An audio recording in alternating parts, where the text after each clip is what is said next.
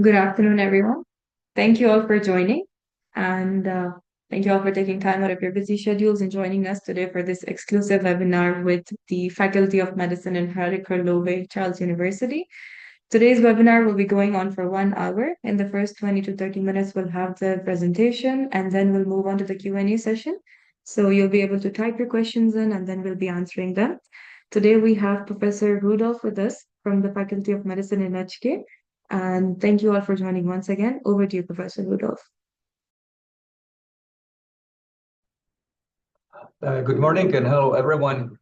My name is Emil Rudolph, and I'm of the Faculty of Medicine in Hradec, Kralove, Charles University. I'm very happy to be here and to give you a little bit of like an outline of the information about who we are, what we do, and what we could actually offer. So I will now try to share my little talk on the screen, if it's possible. Good. All right, so hopefully I'm just now sharing my screen. So as was stated, we're just part of Charles University, which is one of the famous universities here in Central Europe and the North, and I guess also known among the people and the students from other parts of the world. We have been founded back in the 1950s, and since that time we were providing the education and the two study programs, general medicine and dentistry. And back in 1992, we have started the English-speaking programs, institutions. So since that time, we do teach not only Czech students but also international students. So at the moment, we have collectively almost 1,000 the graduates who are now established in various fields of medicine and dentistry, and they're practicing around the world. So for one thing, we are not like a new coming into this field, and we have relatively a lot of experiences with the teaching and with providing this kind of services. Now, as I said, we offer two study programs, the general medicine, which is typical full master undergraduate program with which ends up with the title MUDR, which is equivalent to the MD title.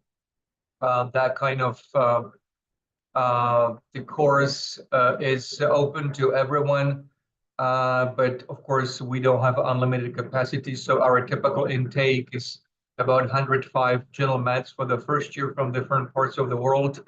Collectively, we at the moment have this number 334 is not very up to date, so about the 400 of general medicine students in different stages of their studies collectively in our faculty.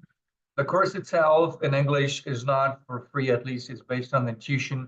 Tuition is fixed to roughly 16,300 euros a year, which is equivalent to 400,000 Czech crowns, but that's, I guess, not that important to note it at the moment. Alongside, we also offer the course in the dentistry.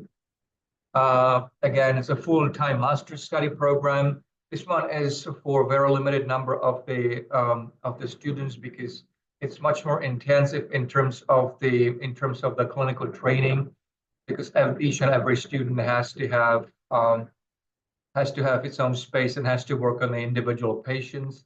The graduates, they hold the title MDDR, which is MDDD equivalent. They finish one year earlier, which is plus also there is another difference in these two courses is that if you graduate from the dentistry course, you're fully qualified as long as you're graduated. So you could start working right away without any further need of residencies, specializations, and the other things. This is what is usually the course pathway in case of general medicine. The tuition fee is almost the same. There's a slight difference because, again, it's a bit more expensive because it really reflects the material and resources and the human resources intensity for this study. Now, Sometimes the students ask, okay, you do provide these courses, you teach students. So what do students actually practice? Is it the faculty? Is it the courses where we would only learn from books and we will only see some machines, never seeing patients? Of course, that's not the case. Our students, they have their basis for and the reference for all the clinical and preclinical practices in the university hospital, which is affiliated to our faculty. It's literally speaking next door to our faculty. It's the largest medical facility in the entire region, with thousands of doctors and hundreds of thousands of patients being dealt with every year. So it's a center of excellence in many different fields. So that offers an excellent opportunity for students to learn really state-of-the-art things. But of course, they have the chance also to practice some other regional hospitals. We are contracting, and especially for the 6-year study, they could also go back home or other abroad countries where they could practice clinically and rotate before they come to sit the final state exams in our faculty. So this is our faculty university hospital, which is an integral part of the entire curriculum, and this is where the most important clinical things happen. Now, speaking a little bit about the admission, admission is pretty simple. It's based on the application, the online application, along with the fee, which needs to be paid and completed by the end of the April 25 for the upcoming academic year 25-26. Who could apply? Anyone with the completed secondary education, which needs to be nostrified by the local authorities. But basically, what has been nostrified is not the performance. So we don't really look for specific subjects to be taken. We don't look for specific marks. It's sufficient that the student or applicant completes or proves that he or she completed the secondary school study. And then following the application, then the entrance procedure needs to be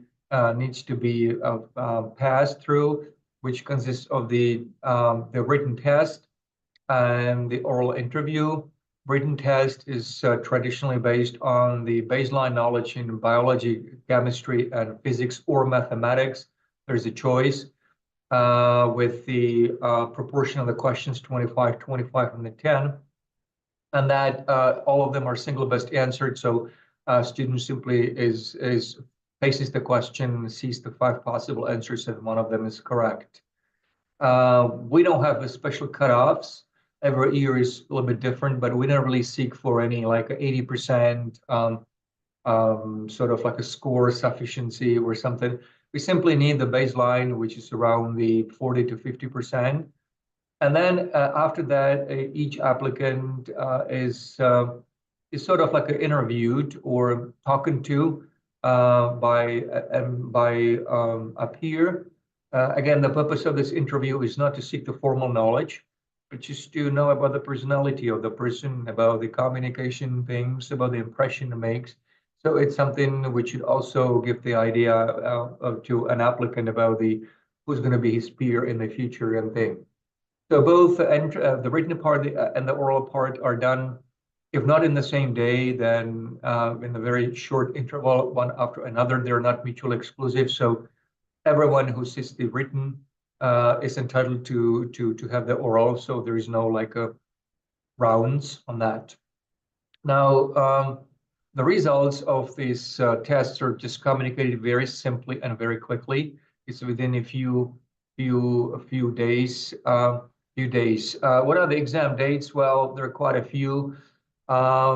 Typically, they're based on our agreement with the collaborating partners. In this case, with the Dr. Kadri, we run the two rounds of these exams, both in the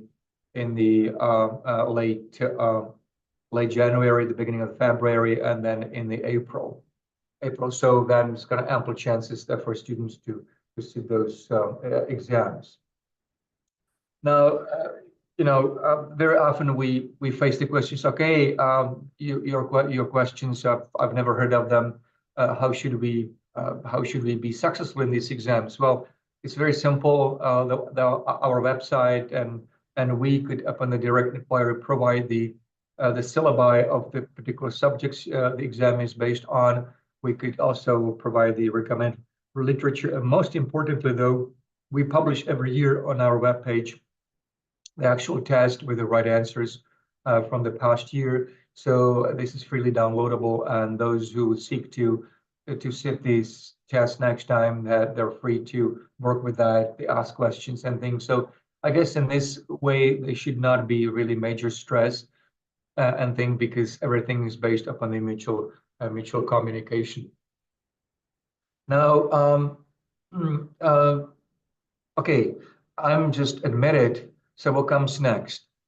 The student gets the message or the decision of the faculty about the admission, which obviously is conditional because the confirmation is pending. So based on the communication between the faculty and the successful admitted candidates, if they follow the guidelines, then of course they secure their place, and based on securing this place, they could fix their own side of their life, so complete whatever duties, enjoy their life, and also very often and most importantly to finish visa, and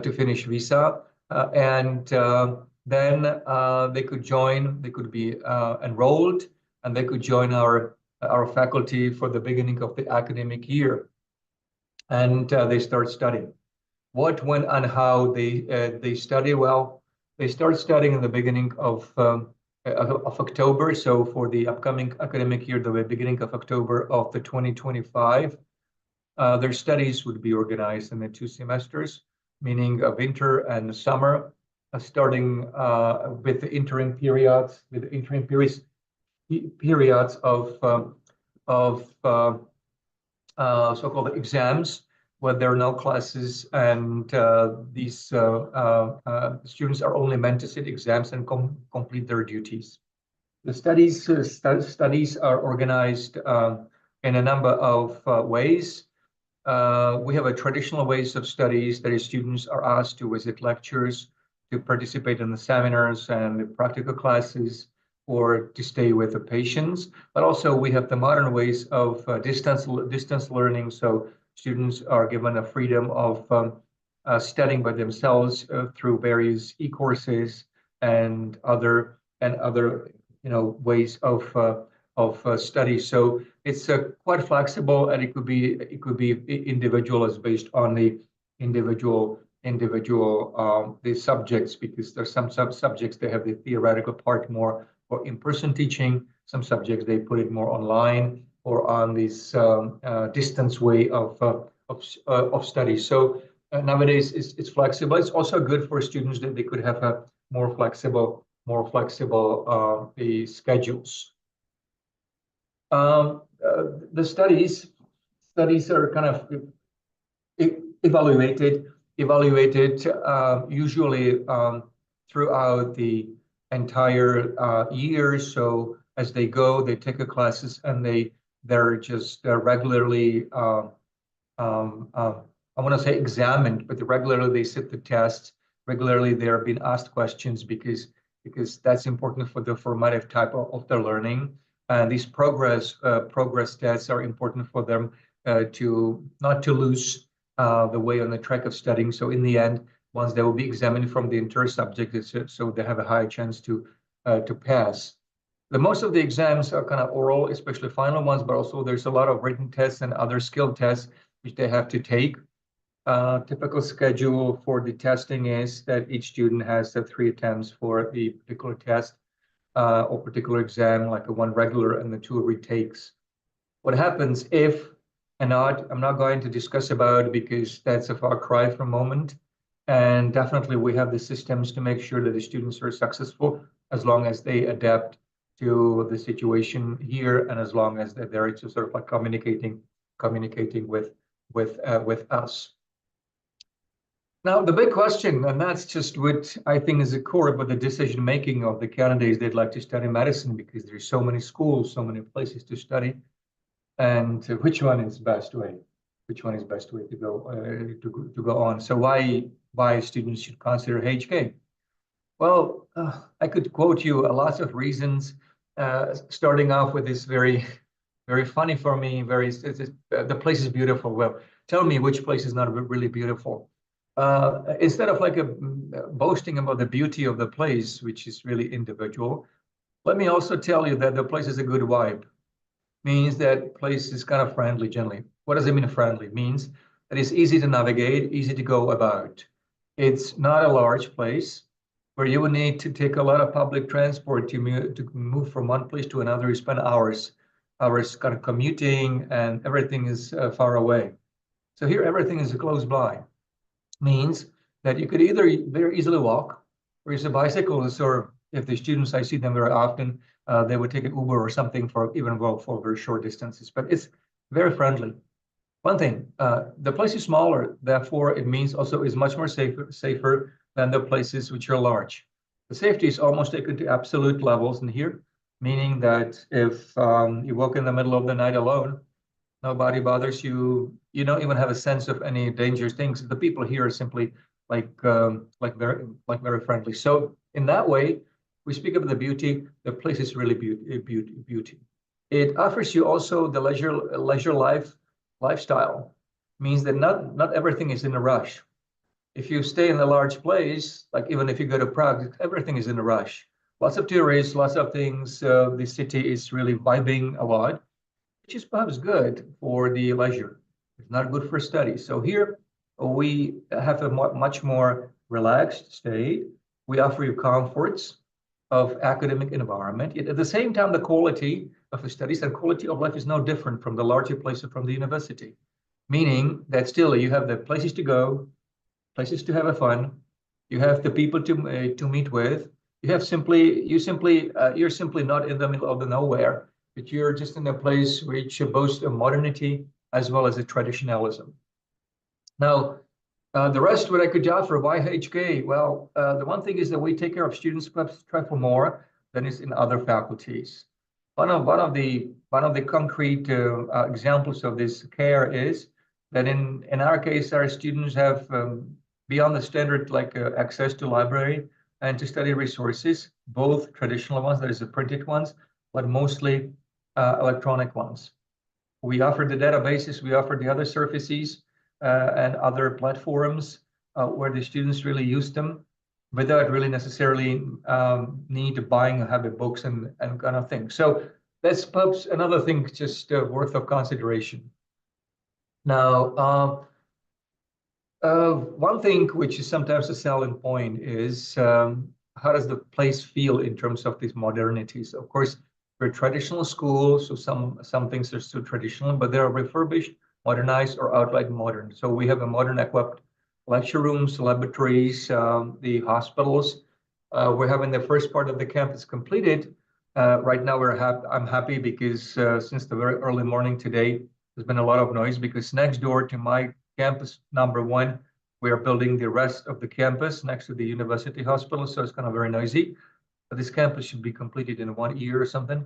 And then it would offer students full access to up-to-date 21st century state-of-the-art building with all the facilities, literally speaking, 5 meters, 10 meters from the university hospital. So that's the thing also which contributes to the environment we try to provide the students with. Obviously, the modern challenges of the medicine make it sometimes difficult for students to meet the patients the way they met them before. Some reasons for it are that the medicine nowadays tries to limit the hospitalization of the patients to shortest possible time. And therefore, the patients are in the hospital only for the necessary time, and that might not be enough for all students just to meet with this particular student patient. And the second reason is that, of course, generally speaking, we try just to practice the prevention so that the patients will never just enter hospital first.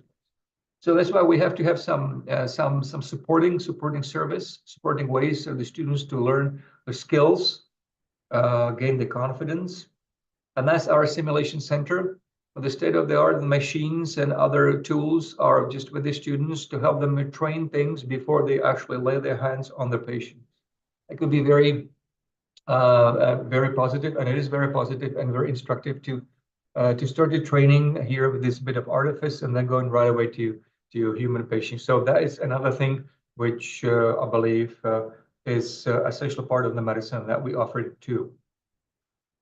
Yeah, I already mentioned something about the campus. So this is the campus number one. So right now I'm projecting from this part of the corner room. This is where I'm now sitting in front of computer. And this is the part one. And the next door, there's a part two, which I cannot really show because I'll be showing only construction site. It's not really that attractive, but it should be like complemented with the second building, and we will come a full circle in that way. Now, one thing is what we are very strict about is that we believe that if the students are trained to be doctors or dentists, they also need to learn a bit about the science. So we incentivize and we sort of like motivate students to do a research alongside of their studies. Even the students themselves, they founded their own organizations. Like the ISU has the one Offspin organization called the Knife for Skin or Research Society, where they're honing further their skills. How do we contribute to that? We do create the environment. We stimulate by opening up the positions, by opening up the topics, and by stimulating students to join the research projects on the different departments or the clinics. It serves well for them for their future formative training, but also it helps them to gain important points. And these points, for instance, could be very easily utilized in our offered exclusive international stays, like a celebrated stay in the Mayo Clinic, Rochester in the US, where every year we handpick, select a couple of students, best ones with their research experiences, with the help of the professors from the Mayo Clinic. And they're offered 3-month stay in this hospital back in the US, which is really unforgettable experience with a lot of positive impact on their future career. Now, the rest of that, I mean, of course, we're not in the middle of nowhere, so you're not in the forest. So we have the food facilities, good coffee houses. Just we have also the places to stay with, whether within dormitories or whether the privately held the apartments. All that is a part of the modern life, and we have even the companies, private ones, we collaborate with. So students have a wide selection of choices on this manner, and as far as I know, none of them really complains about the bad part of that. What I, on the other hand, consider as a great asset of this faculty and of what we offer is that we have developed a rather sophisticated system of help, because students coming from different countries of the world to study here are human beings. They're people, maybe even often for the first time of their family, in a place which is accessible with all those online FaceTimes and things, but still they're far away. And it's different country, different lifestyle. It might happen that there are kind of difficulties as students don't know what to do with them. And therefore, we have a very sophisticated system of pedagogical or scholarly psychological consultation services, which is available to all students free of charge. And we motivate them to share with us whatever problems they have in order to make sure that they're successful.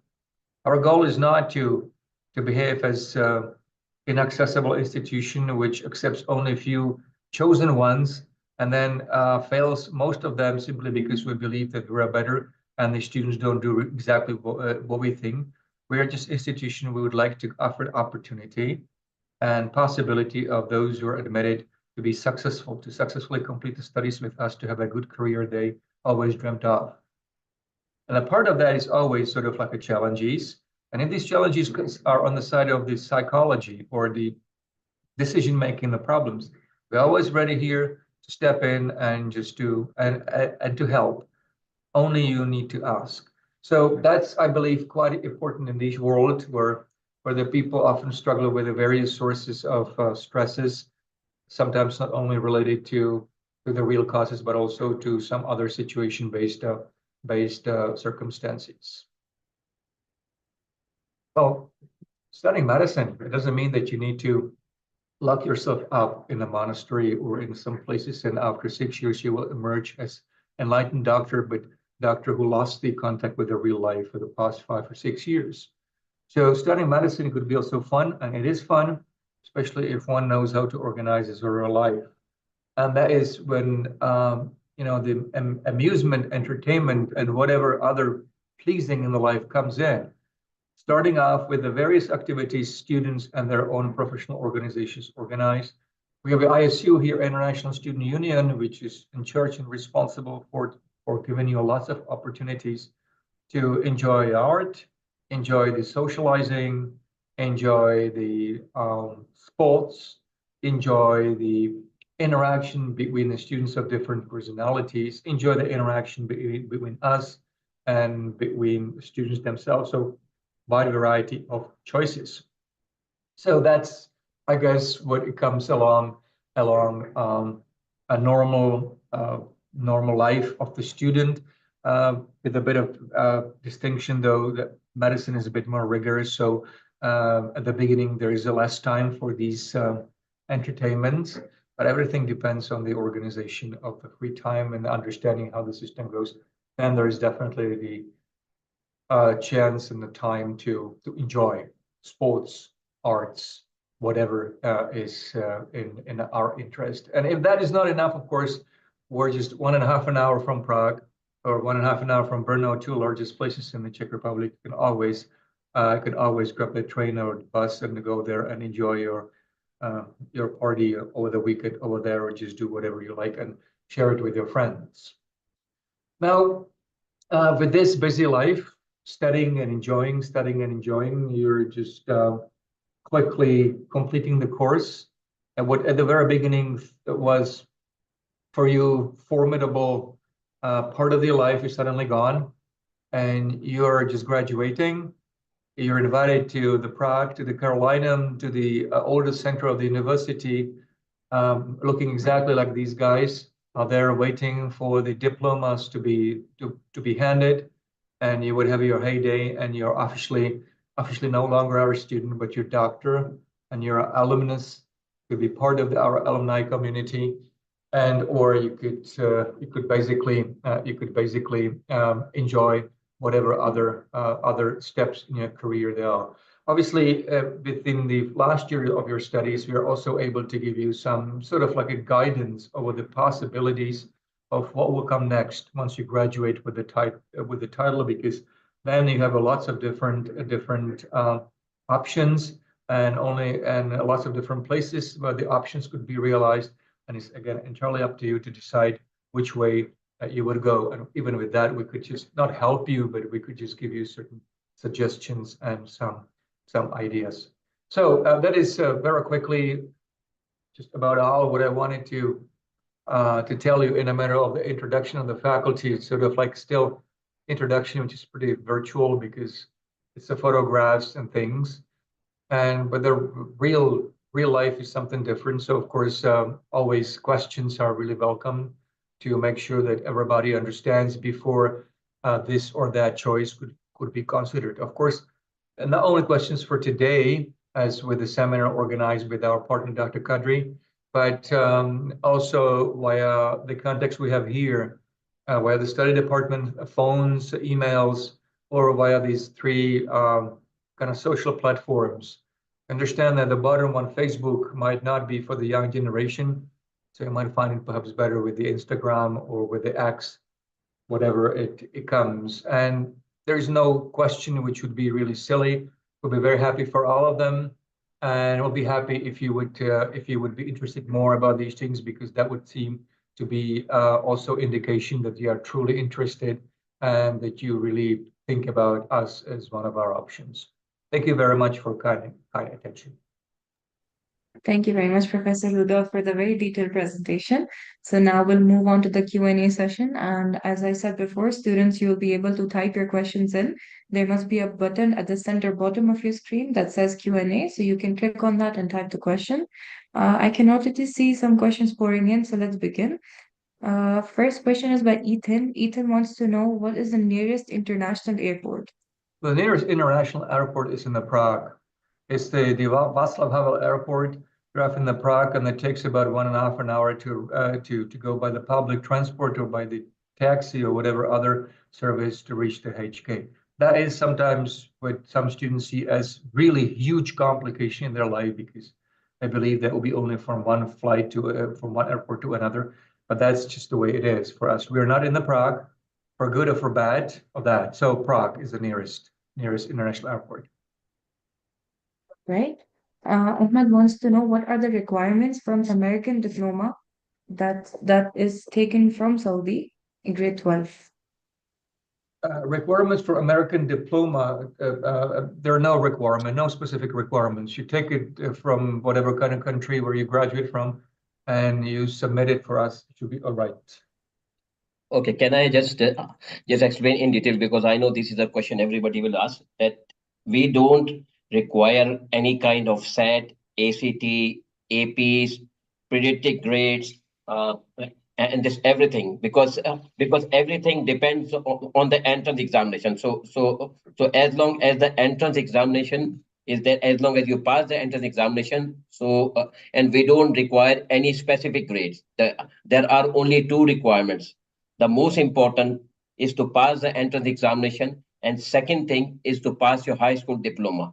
High school diploma can be American, IB, British, Indians, Pakistani, ministry, local, or Saudi diploma, whatever. But at the end, this diploma has to be notified.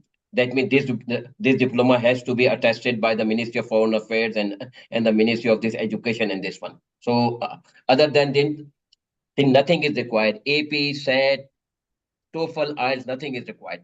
Everything will be tested during the entrance examination. So that can cover a lot of questions, because I can see that there are a lot of things that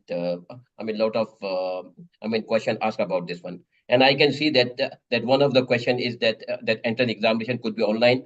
Entrance examination will be physical. For those who are not based in UAE, they can contact us, and we will inform you the dates, and we will inform you how to take this one. Yes, and the next one, please. All right. Next question is by Ahmed. Ahmed wants to know, can anybody apply, or does it have to be through an agency? Well, I think the question would be the same as whether you have to, in order to go to your holiday, whether you have to go through the travel agency or whether you could go on your own. In principle, both of these ways are possible. Both of these ways, though, bring their own advantages or potential disadvantages. So we could just quote about the advantages if you apply through the agency. The agency or a partner might just help the applicant with a lot of administrative work, or with some things the student or applicant himself is not aware of, or it might not be entirely oriented in. On the other hand, if the person is totally capable, totally confident that he or she could just do it by himself or by herself, there is no denying that he could try to do it just directly.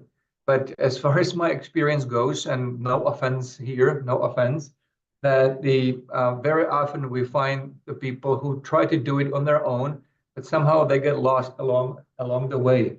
And it's also important in case of visa, because obtaining visa is unfortunately not a simple thing. Not a simple thing, not that it would be just impossible, but it requires certain coordination of steps. So it needs to be properly timed. It needs to be properly applied with the proper form of the papers. And here our collaborating partners or agencies are invaluable, because they can help you a lot. Because if you're left on your own, you are left on your own totally. So nobody would help you with either the exam or with this or with that. So it's just the choice. In principle, both ways are possible, but one has to consider what is more convenient. I would just like to add the major difference, that that you can apply directly, but you have to travel to Czech Republic. No, if you want if you want to travel, you are more than happy to travel. Otherwise, we invite all the examiners here. No, so you don't need to travel all the way to Czech Republic. I mean, saving your time and money, everything. No, so choice is yours. That's up to you. Okay. All right. Next question is by Aradhya. Would the predicted grades be accepted in case the final grades don't come out until Sure. 30th of April? They will. All right. So Litha wants to know, if admitted, when will she know if she is admitted, and how much time will she have to give the confirmation? Well, usually on our basis, and then this year we slightly changed for next year, slightly changed the conditions. But basically, once the student or applicant receives the decision or the information from the faculty, then he or she has roughly 14 days to start with, 14 days to confirm the study interest, which is usually through the document which needs to be filled in, signed and scanned and back. Then comes the next about the payment of the fees and things, but that's the second line of the story. So and the first decision making is just maximum 14 days. All right. Aradhya wants to know, are there any language exam requirements? No, we take for granted that the applicant who is able to pass our English written exam and oral interview doesn't need to have any further proof about the English proficiency.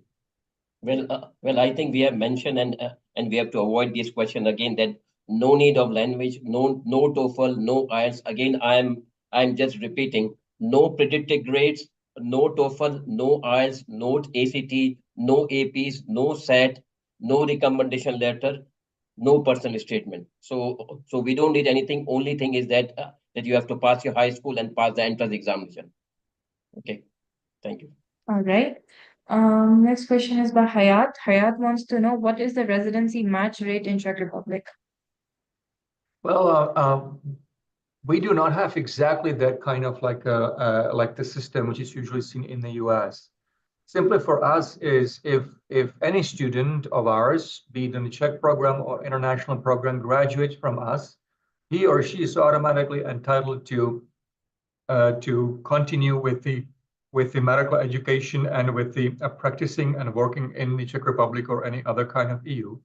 So it's basically for us that during these final years of the studies, a student who is interested to make the residency in the Czech Republic, to start just like actually showing the interest on a particular part of the I don't know, medical profession. Like if he wants to be a cardiosurgeon, so he might want to talk to the cardiosurgeons in the university hospital, what will be the conditions and things. And he could have reached an agreement that once he graduates, if he graduates, he could just take up the residency over there. So we don't have a specific system which is typically seen, for instance, in the US. So in that ways, I cannot tell you what is the exact answer to your question. What is the residency match rate? Because we could, in principle, accommodate anyone who is interested to work for us after the graduation. Okay. Hayat wants to know, is there any USMLE preparation support? Yes, there is, even though not like a formal and official one that we would organize specific classes for all those USMLE interested. But there are people who sit the USMLE. Just today, I talked to one of our 6-year students who plans to make the already matched residency in the US following his graduation. So obviously, he already taken the USMLE. So we give the support those who declare their interest to sit the USMLE, more or less like an individual support. And since we do not have really tens or hundreds of students who would want to sit USMLE, but in case that the one who needs the support is given. All right. Mazen wants to know, are the questions on the entrance exam mostly MCQ or FRQ? Well, as I said, the exam questions are SBAs, so single best answer. Question, 5 answers, and only one of them is correct. The system of MCQ, where the combinations of 1, 2, 3, 4, all of them are just correct. We do not have in our entrance exam. We have a straightforward question, 5 answers, and one of them always is correct only. All right. A couple of the students are asking for the dorm fees and the fees outside, in the outside accommodation as well. That's the thing. I cannot really give you the specific sort of ciphers or specific like a cost. We could, in principle, they're more interested. We could just give you some estimates. Basically speaking, also depends what sort of standards would you want to have. Even in the dorms, you could have a single bedroom with the social with the social things, or you could have a two shared ones. And outside, you could have a wide range of anything from a very simple room in the apartment down to villa. I would not like to give the estimates because I might be wrong. I might be wrong. And later on, if you're really interested, please write to us, and we will give you more estimates. I think that what we could estimate is the total living costs per 1 year in Czech Republic, and that was I think, just excuse me. So our estimate was, if you want to have the comfortable life here in our place, including accommodation, food, leisure, transport thing, so we estimated it would be like equivalent to around the 1,000 euro a month. But that's a very rough estimate. And again, it depends on what are the resources and what are the circumstances. It could be less, it could be greatly more, depending upon whether you don't want to walk and you want to take all the time Uber, whether you want to always go to posh restaurants and things. So, but our rough estimate is around 1,000 euro per everything for 1 month to secure your comfortable life without worries and fully focus on the studies. All right. Students, I'm also going to be skipping any repetitive questions. So regarding the requirements and all the subject-related questions, we've already discussed them. But if you still have a doubt about it, the recording will be available, and you can also send us your docs. We can check and let you know. I'll be dropping in the our contact details in a while too. Kazi, okay, I can see a lot of questions are asked about the entrance exam. How can the students register for the entrance exam? How can they prepare for it, and if it can be done online? So if one last time, Dr. Kadri, you can address this, then we won't be repeating it.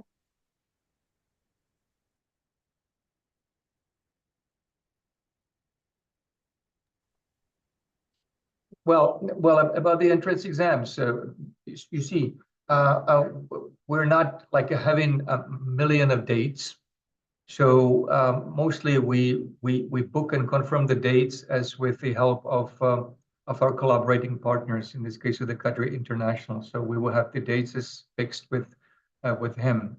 If these dates are not convenient for the given candidate, then he has either the choice to see some other dates we might have with some other partners, perhaps, or do it on individual basis, or simply look at the different school, because obviously we cannot, due to capacity reasons, because I know that the students have a different exams and they're just doing them in different timings. So they might have a preferred dates, but we cannot always reflect all those possibilities because our capacity for that is kind of limited. I'd like to say also, because I happen to see in one of the questions that, of course, students do not have to have completed secondary education when they're sitting our exams. That's a very popular sort of like a notion which runs among the candidates, that they have to first complete their secondary school, and only then they could take the entrances. No, it's not true. They could sit the entrances practically whenever, because you know, their completion of secondary school would only be required as a part of the registration procedure for the enrollment, and especially for the enrollment itself, which might take place anytime throughout the period from April till September. So students should not be sort of like a stress that they first have to complete their own duties in sex school and only then they could sit the entrance. No, that's not true. Second, again, The entrances are just based on the average or on our notion of the average level of the knowledge the students should show in certain subjects. Some students say, well, okay, I've never studied chemistry. I've studied the other subjects. So would I be like excluded from the exam? No, you still take the chances. I mean, if you look at the way the questions are, you look at the way the syllabus is, so you have to decide whether you still would have a chance to know at least something from the exam. Because as I said, we're not seeking to have 100% or 80% score. You're simply seeking the people who would show some baseline knowledge. Because for us, as we stated, we don't care whether you scored excellent in A level or whatever other system, and only excellent in A level could apply, because our own data indicate that the performance of candidates during the secondary school and even during the entrance exam are not always correlative with their performance and the success in university. Simply, you need to complete your secondary school and baseline level, cutoff level for entrance exam in order to show that you have an idea about these things. And then you will be given the same chance. All students are the same page again in the first year, and you have to prove yourself, because the marks in the past are not always correlative with your actual performance. So I'd like to say that too, because that causes, and some students are confused. I know the systems exist which are different. If you apply UK to US to other countries, system would be different. And that's a part of the choice the candidate has to make, and understanding how much we differ from other faculties and from other systems. So for us, I repeat again, you don't need to look at your scores. You don't need to have the scores finished before you sit with us. You could be admitted to faculty and still you could study secondary school before you complete that. You have to have it completed in the time of the enrollment and at the beginning of the academic year, which is next year, October. So that's just what I wanted to say. Again, for those who would wonder, what are our questions? Please go to our website, and you could just, in a specific section, you could download the past year paper, and you will know exactly what were the questions. You will know exactly what were the answers, and based on that, you could match them with your own knowledge, and you will have an estimate whether you stand a good chance or not chance, or whether you would need to study this or that, and what is this all about. So you're not going to do something you never learned it before, but you will know exactly what will be kind of questions you will face if you decide just to sit the entrance exam with us. All right. We have a question by Aradhya. Is the university affiliated with the Erasmus program? Yeah, we are just part of the Erasmus program, Erasmus Mundus for the world, Erasmus for the EU, I think. So students who study with us could, in principle, go to on Erasmus stays, as much as we admit the students on Erasmus stays from the different countries and different faculties. All right. Basma wants to know, can you do a PhD and specialize directly after completing the MD degree? As for the PhD, absolutely. But you have to distinguish, because the specialization and the PhD is the two different tracks. Mostly, either student goes to PhD, which usually lasts 4 to 5 years, and is more based on the research, ending up with the title of PhD. Whereas if you want to specialize, you would like to gain the license to be, I don't know, whatever, cardiosurgeon, hepatologist, a pediatrician, that you need to not to do a research, but you need to do a lot of practice. So both of these things, doing a research and the specialization at the same time, is not a good idea, because it could be very difficult to reconcile. So if the students want to do a PhD, but at the same time they're concerned also with their specialization, usually they do it such a way that they first complete their specialization and then they go for PhD, in order not to waste the time and thing. But in principle, both of them are possible directly after graduation. All right. We have a couple questions about after graduation, if the students can practice in the US, UK, or do they need to give the USMLE and the PLAB exam, and if there is an exemption? For the PLAB exam, I don't think it applies at the moment for our graduates. The UK is going to launch their own UK MLE, which will be then obligatory, same way as the USMLE for everyone. So no matter whether if you want to go to US, no matter whether you graduate from Harvard from Berkeley in the US, whether you graduate from Czech Republic or graduate from any other country, all those graduates have to take USMLE as an obligation, sort of like a state national exam. The British at the moment still do not have a UK MLE, but they will. They say that they will. And in the future, so then all graduates from the UK, all graduates from overseas will have to sit the UK MLE too. PLOP at the moment doesn't apply to our own graduates at the moment, or in case of UK. All right. Question by Aradhya. Apart from the university hospital, is the university associated with any other hospitals? If so, how many? Well, I'm not sure. I mean, for the Czech programs, it might be like up to 10 different hospitals. For internationals, it could be less, but we have places in district that we could offer in case that those students are interested. All right. Kareem is asking, does passing the entrance exam mean that they got accepted in the university? Yes, you pass the entrance exam, you pass the cutoff, and you are admitted, and you have a conditional offer. You would only be a student of ours if you enroll. And in order to enroll, that you will have to accept our conditional offer, as I said, with a number of things. Among one of them was within the first 14 days after receiving the decision, you need to sign the document and then pay the fees and things. But in principle, yes, you're admitted when you pass the exam. All right. I can see a couple questions about scholarships. Is there any kind of scholarships, or if the students can get the tuition fees reduced due to merit? The classical scholarships with the reduction of the tuition fee is not offered.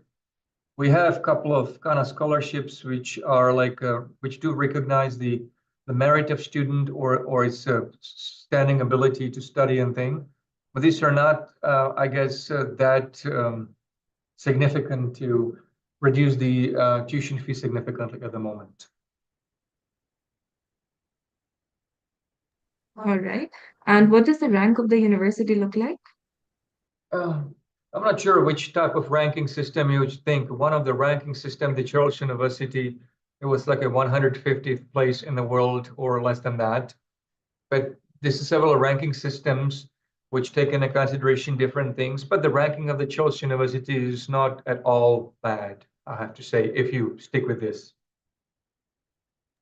All right. I can see two questions about dormitory. Do the first year students get confirmed place at the dorms? Yes, they will, but Okay. only for the sake of visa. Only for the sake of visa. I just want to clarify this one. Just for visa purpose, university issue the letter, but if you want to stay in dorm, you have to pay the deposit for the dorm and confirm with the dormitories directly. No, I mean confirmation of for visa does not guarantee that that you have got a place in dorm. So you need to reconfirm with the dormitories, pay the deposit, and confirm your place in the dorm. Otherwise, the place is not there. This is just to get the visa. So this is just to complete the visa formality. All right. A couple questions about the local language, if the students require it for residency or working with the patients at the faculty. Yes. The local language or the Czech language is required, of course, for talking to patients during the undergraduate studies and things. The Czech language classes are inbuilt in the curriculum. So students, in the case of our faculty, would take the Czech language as one of the subjects in the first and the second years of their study. At the end of the second year, they will have a final exam. Of course, learning the Czech language is not like a learning of the foreign language in the language school.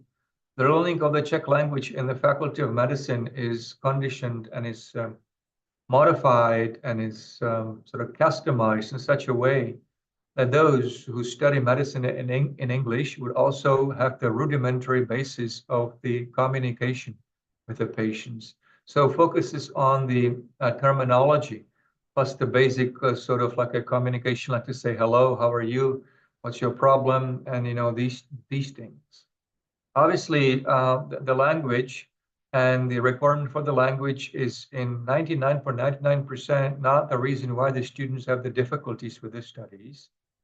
And also, there is always a system which helps if the students in their clinical years communicate with the patient and cannot understand exactly what the patient tells them. There's always the doctor assistant who could mediate and translate.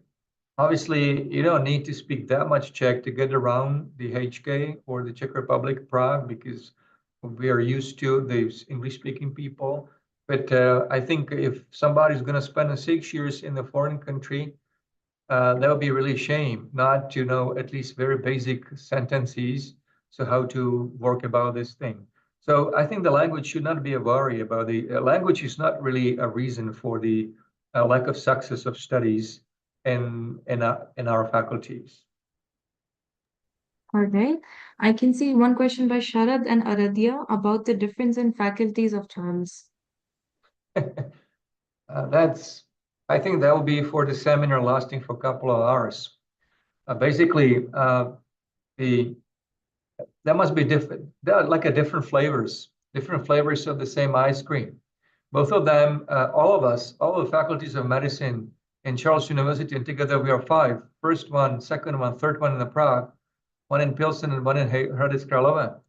All of them, they give you ultimately the same degree, MDDR, and it does not really matter whether you graduate from this faculty or that faculty. In the eyes of your future employer, is the same. So they don't have, any of the faculty doesn't have a higher value or not.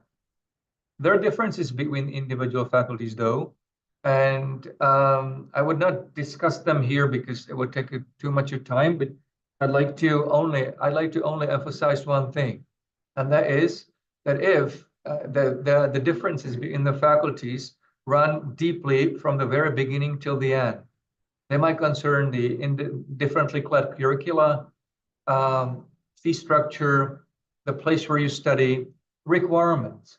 So if one wants to study medicine in Charles, so the person has to proceed in deciding which faculty, because even the entrance exam for Prague 2, Prague 1, for HK is slightly different. The passing grades are different. Philosophy is different. So there are differences, even though in the end, you all graduate from the Charles, you all have the MD title or MDD title, you're dentist. And even though on your diploma would be written second faculty, first faculty, faculty HK, in the eyes of any further employer, it would not be of different value if you graduate from this or that faculty. But down on your level, you have to distinguish. And you have to, because some students, they apply for many faculties at the same time, and they're surprised that if they study for the entrance exam, which is explained to them by one faculty, they discover that entrance exams of other faculties are different. So this needs to be acknowledged. All right. Ahmed is asking if he takes the foundation year in UJOP, should he attend the entrance exam? And if yes, then what is the foundation year useful for? Yes, even after foundation year, there is an entrance exam mandatory. What is this foundation year useful for? Well, that's also about your decision making. It could be good for those who do not feel that their knowledge is sufficient. Second, in the past, it was for those whose command of English was not sufficient. Third, it's very good for those who would first want to adopt or accommodate to life in the Czech Republic, because it could be sometimes a bit stressful. Because once you start studying medicine, there is not much of time that you would adapt to life. It's just like boarding the speed train. You would have lots of study duties. You have enough time to get adapted to ways which might seem a bit strange to you, perhaps, or different. So this 1 year might help those who would want to take it easy and just adapt along with the revision of whatever they learned. Make sure that they pass all right, and that there are no surprises for them. All right. Question by Sayyida. What does the city population look like in Hradec Kralove? 100,000 inhabitants. For your interest, a great part of it is just the students, because we have 3 universities here in HK, quite a lot of students. All right. Another question by Sayyida, is halal food easily available? It's available. I don't know what exactly easily, but I think it's available, and we have quite a few students who are bound with their religion and with their halal food. Never heard the complaints about that. All right. One more question by Kareem. Is it easy to transfer between a faculty to another? If you speak about the Czech medical faculties, I would say yes and no. The procedure of transfer is relatively easy, but at the same time, it's not, because if you want to transfer, you need to pass through the entrance exams again. If you're after first year, but if you decide to transfer third, fourth, fifth year, and still you need to sit the entrance exam, it becomes a pain. So it is easy in terms of requirement of steps, but at the same time, it's difficult because it's not that only that you show your papers from the previous faculty that you studied this, and the other faculty would automatically accept you. In that case, it's difficult. All right. I can see one more question by Sharma. Is it easy to get Indian vegetarian food, and how many Indian students are there on campus?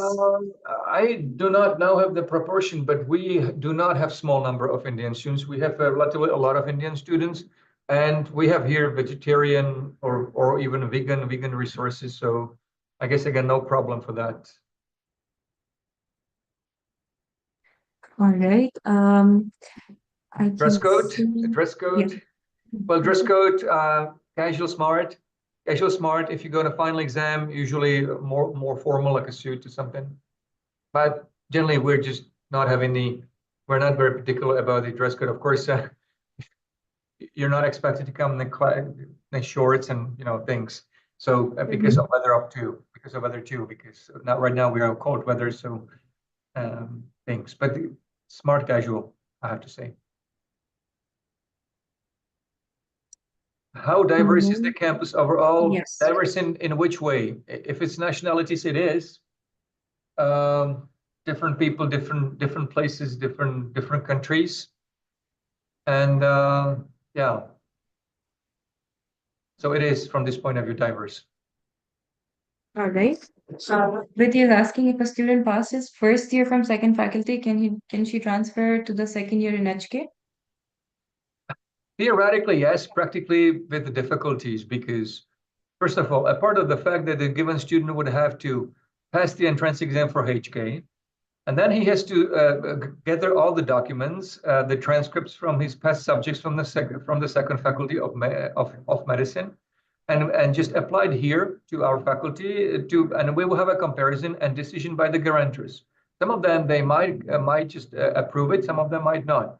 So there's no guarantee that even with the completed first year study in the second faculty of medicine, you will smoothly transit to the second year of the medicine here, simply because of mismatch.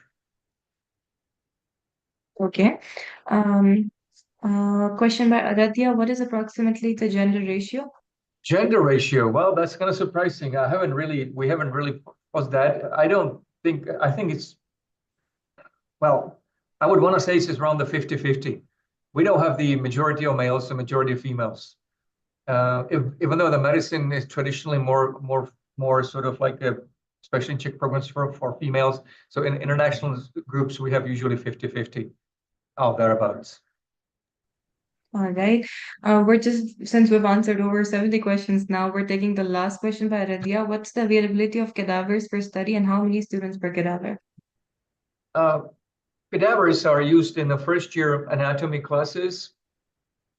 So students who use them, they start first with the individual organs and parts of the body, and they go to cadavers along with other ways. How many students per cadaver? That depends on the class. It could be from anything from 5 up, I guess. All right. And as I promised before, I'm going to be sharing our contact detail in the chat box. So we've answered a lot of questions, but we've avoided the repetitive ones. Okay, let's take the last three more because these are different questions. Aradhya is asking, what's the student professor ratio? When principal by the papers 1 to 15. But they could be different depending on different subjects, because there are subjects where even this could be first halved, because like for languages and for other departments, they really need the small study groups in order to make the certain things intensive. Like I teach a biology, so for biology, if we have now we have 30 students in the class, we're at least 2 teachers, and very often we even half the class, so we could be very easily 2 teachers by 15 people, ensuring that the training is pretty intensive, I have to say. Okay. Ramisha is asking about the fee. Do the students have to pay yearly or all 6 years in one time? Yearly. Okay. What is the percentage of international and local students? Question by Adam. I give you for approximate idea, for first year of general medicine study in Czech program, our just number of Czech students in Czech program is 240, and for the internationals 105. Okay. Questions about simulation and labs. I think we've already discussed about the facilities and the rest of the things. So, of course, the recording of this will be available online, and I've dropped in our contact details as well. So you can, students, parents, you can just contact us. We'll send it over to you. Regarding the entrance exam, once again, you can contact us, and we'll be assisting you with the entrance exam. Will be hosted on site over here in Dubai. And with that being said, I think we can wrap up the webinar over here. Thank you everyone for joining, and thank you to Okay. Professor Rudolph Okay. as Please well. note the entrance examination date will be on first examination will be on January 26, 2025, and the next examination will be on April 25, 2025. No. So please note the dates and just contact us. Thank you very much, Professor Rudolph, for a nice webinar, and hope to see some of them at your campus. No. Okay, thank you very much too. It's been a privilege for me. And there was also last question I've seen that are there any volunteering opportunities offered during the course? Sure, there are. There are, just that's the thing. So just to complete all the questions, it's been a privilege. Thank you very much for attention, and hope that you will just make the right choices. And if some of you will end up trying with us, we'll be more than happy. Have a nice day, and goodbye to Dubai. Thank you.